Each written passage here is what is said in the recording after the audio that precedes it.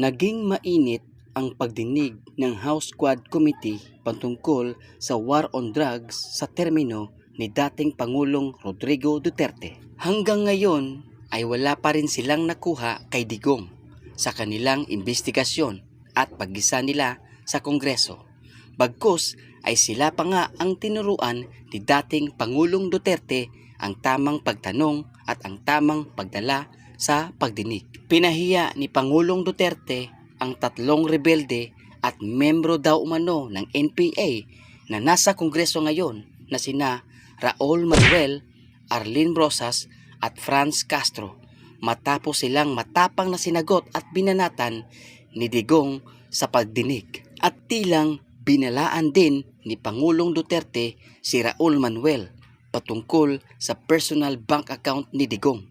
Pagkung i-public daw niya ito, kahit isang numero, kahit piso lang ito o 1 billion sa kanyang bank account ni Duterte, ay kaya niyang ipakulong ito agad. Kasi ito ay bawal at ito ay nasa batas at ito ay hindi alam ni Raul Manuel. Kaya't siya ay napahiya at hindi mapakali sa kanyang nalaman na ito pala ay bawal at nasa batas. Heto naman si Brosas ay binanatan din ni Pangulong Duterte sa kanyang mga tanong na tila bang nagpagaling-galingan siya na alam niya ang mga batas. Hindi naman siya abogado at hindi naman siya investigador, sabi pa ni Duterte. At wag daw kontrolin ang mga sagot niya sa pagdinig.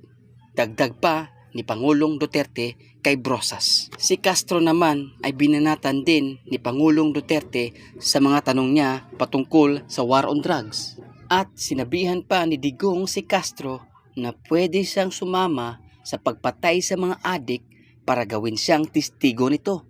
Hindi rin nakaligtas si Trillanes sa matapang na mga banat ni Digong patungkol sa akusasyon niya mga anomalyang bank account ni Duterte, mga pumapasok na illegal na pera sa kanilang bank account. Hindi lang daw si Pangulong Duterte ang nakatanggap ng mga pera, pati rin ang mga anak niyang si Sara at si Baste. Kaya't naging mainit ang ulo ni Pangulong Duterte sa mga akusasyon ni Trillanes. Kaya't hinamon ito at gustong sampalin sa muka si Trillanes.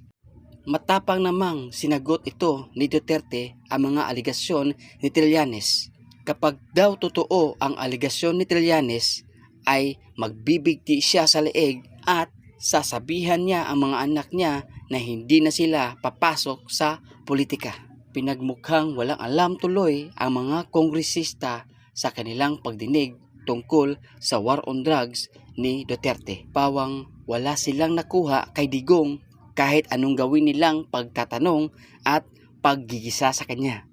Bantay sirado din ang anak ni Digong na si Sara Duterte sa kanyang ama. Di mapigilan ang pag-alala ni Sara sa kanyang ama dahil sa katandaan na ito. Di niya mapigilan maging emosyonal at pag-alala sa kalagayan ng kanyang ama.